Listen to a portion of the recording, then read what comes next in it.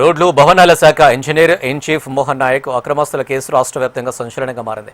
అక్రమాస్తుల case అధికారుల్లో వణుకు మొదలైంది. అవినీతి నిరోధక శాఖ నిర్వహించిన దాడిలో భారీ స్థాయిలో ఆదాయానికి మించిన ఆస్తులు వెలుగు చూడడంతో ప్రభుత్వ వర్గాలు తీవ్ర చర్చ జరుగుతుంది. ఇక ఎవరు వంతు ఎప్పుడా అనే భయం అవినీతి అధికారుల గుండెల్లో రైలు పరిగెత్తిస్తుంది. ఉన్నత హోదాలో ఉన్న ఒక అధికారి ఇంత భారీ స్థాయిలో అక్రమాస్తులను కూడబెట్టినట్లు బయటపడడం ఇతర అధికారుల ఆందోళనకు కారణమైంది.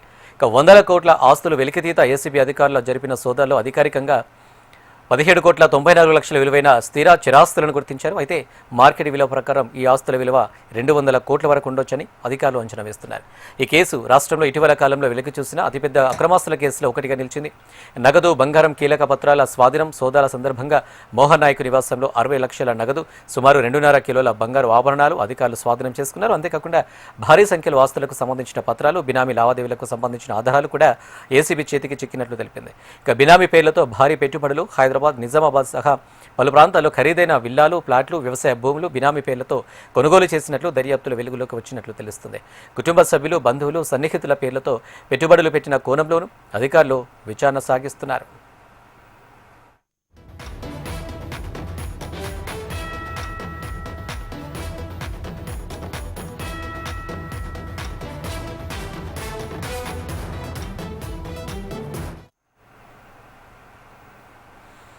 ఈ కేసు తర్వాత ప్రభుత్వ అధికారుల్లో తీవ్ర చర్చ మొదలైంది. ఉన్నత స్థాయి అధికారి ఏసీబీకి చిక్కి చివరకు చెంచల్గూడ జైలుకు వెళ్లిన పరిణామం అవినీతి అధికారులకు హెచ్చరికగా మారిందనే అభిప్రాయం వ్యక్తమవుతుంది.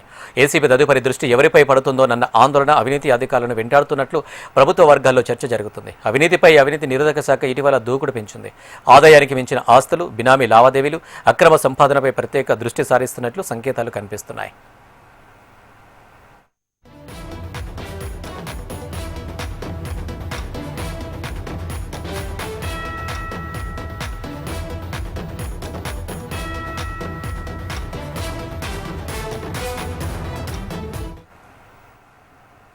మోహన్ నాయక్ కేసు ప్రభుత్వ యంత్రాంగంలో సంచలనంగా మారడమే కాకుండా అవినీతి అధికారులకు గట్టి హెచ్చరికగా నిలిచిందని విశ్లేషకులు భావిస్తున్నారు.